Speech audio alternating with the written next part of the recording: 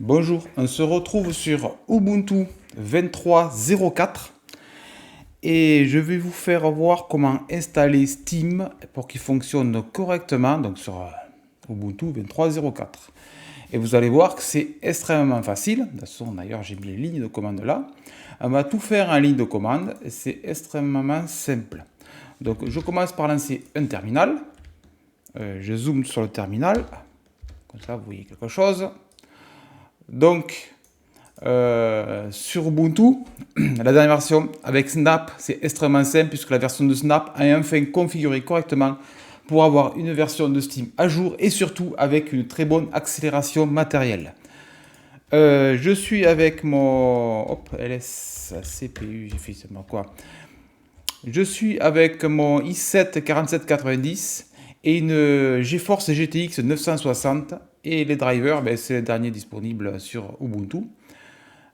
Voilà. Donc pour installer Steam, il suffit de faire snap install Steam, tout simplement.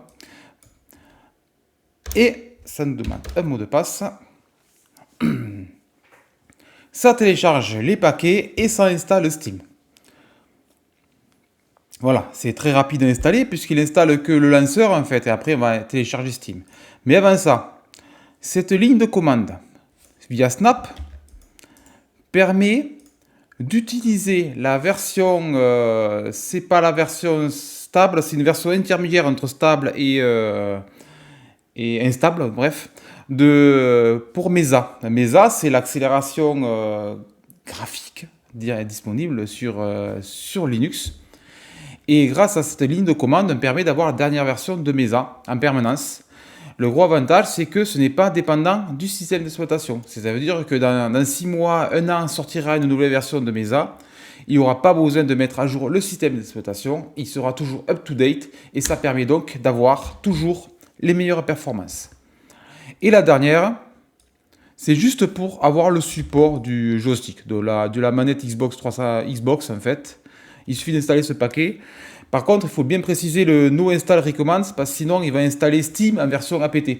Sauf que la version Steam de APT est moins bonne que la version Snap. Donc nous on n'en veut pas. Nous on veut juste le driver pour la manette. Donc une fois qu'on a lancé tout ça, c'est quasi fini. On quitte tout ça.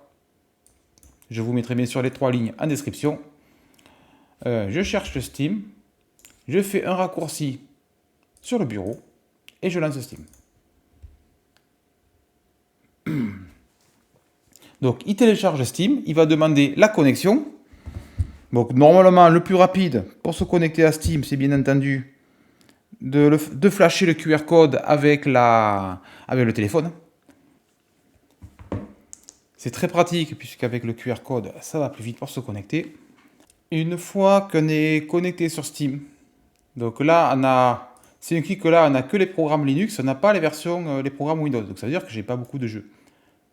Par contre, si on fait Steam en haut à gauche, Settings, on en profitera pour changer bien sûr la langue puisque ça sera plus pratique. Mais surtout, vous allez sur Steam Play tout en bas, vous cliquez sur Enable Steam Play et on choisit une version de Proton. Voilà, la Proton, ça permet de faire marcher les jeux Windows sous Linux. Donc soit vous prenez Proton expérimental, pas très conseillé, mais bon, il suffit de prendre la dernière version. Par contre, de temps en temps, il faudra aller voir là, pour voir s'il n'y a pas une nouvelle version disponible. Un restart Steam.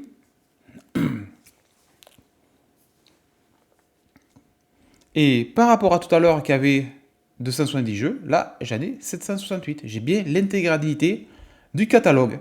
Et ensuite, il suffit de lancer n'importe quel jeu. Bon, ils ne fonctionneront pas forcément, mais déjà, la plupart des jeux fonctionneront grâce à cette astuce toute simple pour lancer des jeux Steam. Bon, ils fonctionneront plus ou moins bien entendu. Tout dépend de la version de Proton. Donc j'espère que cette vidéo courte vous a plu et à bientôt.